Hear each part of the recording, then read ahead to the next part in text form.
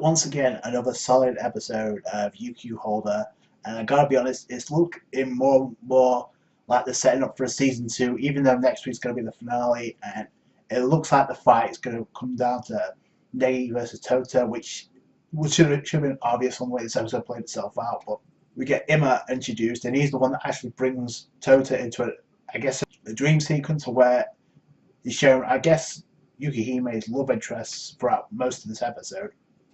It's an alternate dimension, but by the end, it looks like everyone's been brought there through the Mage of the Beginner's mind. Kind of powerful stuff. On top of that, he's the creator of Kurobo, which I thought was kind of interesting. Got that revealed pretty quick. And according to the description, he puts Yukihime to shame in terms of power scaling, so that's some insane power. But I guess we go through and actually we get a scene from where Yukihime is saved in a childlike form, where she's saved from Nagi, the Thousand Master. That was her first love interest.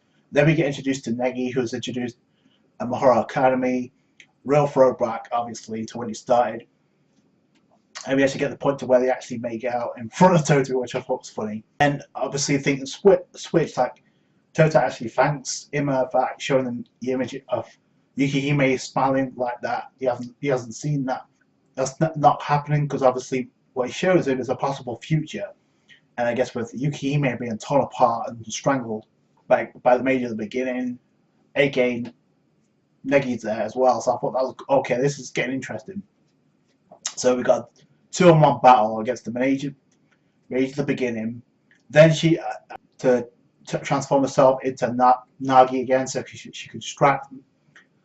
And that's actually funny, because you get Nagi actually blocking the hit, and then you got Negi from the side distracted her saying, "Oh, I love you, Yukihime," and then after that, Yukihime's got a nosebleed. So I thought that was funny. And then we get a scene of everybody else, Yukihime being, slaughtered. Obviously, it's a vision, so it's not really taking place.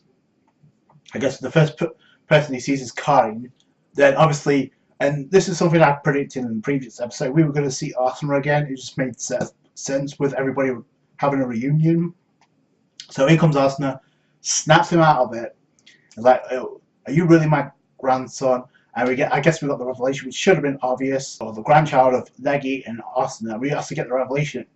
She's actually communicating spiritually, because her real body's on Mars. So, like I said, things are like pointing towards a season 2. It looks like that's going to take place on Mars, because you have obviously the real body of Negi to get back. Now you have the real body of Asuna. So that is obviously boiling down with the finale of this fight, with the finale of the season, and setting up season 2 of the same process. So I thought that was kind of cool. Cute little embrace with the reunion with Asuna and Eva, despite how they interacted in the past. And then we got, Asuna gave them tips.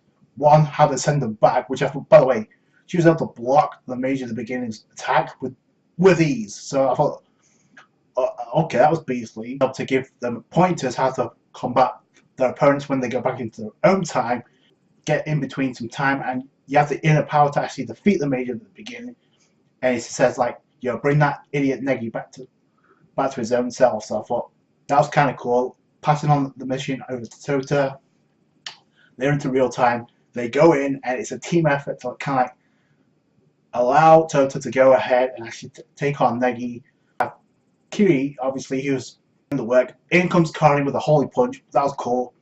Then you had Kuromaru, who was actually taking on both Norika and Yue.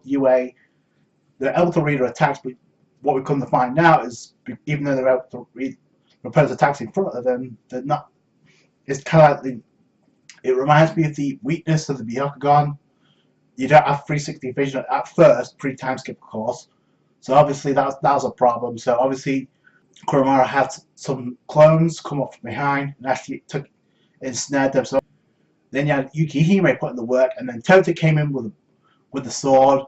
Obviously Negi dodged it. He vanished, step, come back behind, and then Tota blocked it, and that's pretty much how the episode ends, with the two clashing off. It's probably going to be resolved next week, I would think.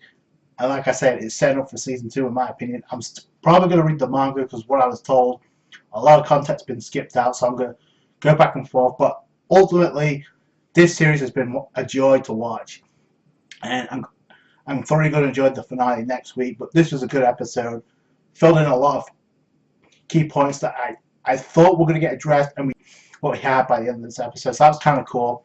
So anyway, really like this episode. That's it from me. Thank you so much for watching. Like this review if you did appreciate that. Subscribe to the channel for Yukihime Holder. Catch you guys later.